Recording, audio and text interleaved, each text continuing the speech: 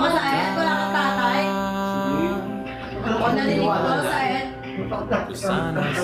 Ikaw sayat, walang papa, walang tatay, sayat. Bakit kailangan ako pakialaman dito? Ikaw usap ko yung tatay ko. Ano, wala ka kasing tatay eh. Palibasa, di mo afford magka-tatay, sayat. O, Alam mo, Shireen, grabe na kasi yung mga sinabi mo. Alam mo ba yung mga nasa isip ko ngayon?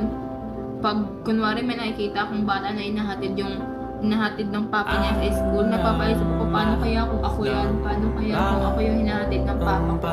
Tapos alam mo ba, swerte ka nga kasi kasama mo yung buong pamilya mo sa bahay niyo eh. Kaya po, yung tatay ko wala, tapos yung mami ko nagtatrabaho para sa amin. Tapos alam mo ba, sa umaga, ang aga-aga ng pasok namin, tapos ako na nag-ready ng uniform ko.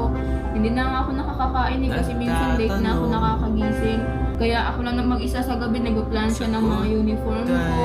Kasi pagka uwi ko, gumagawa agad ako ng mga assignment namin. Siyempre, sobrang dami nun. Tapos nagpapatanong ako sa sarili ko na paano kaya kung may tatay ako, gagawin ko pa lahat yun. Idamay mo na lahat, huwag lang about sa tatay ko. Ano ka ba kasi hindi mo ba alam sakit ng mga sinabi mo nun? Salat sa sanayang linawin. Hindi ka.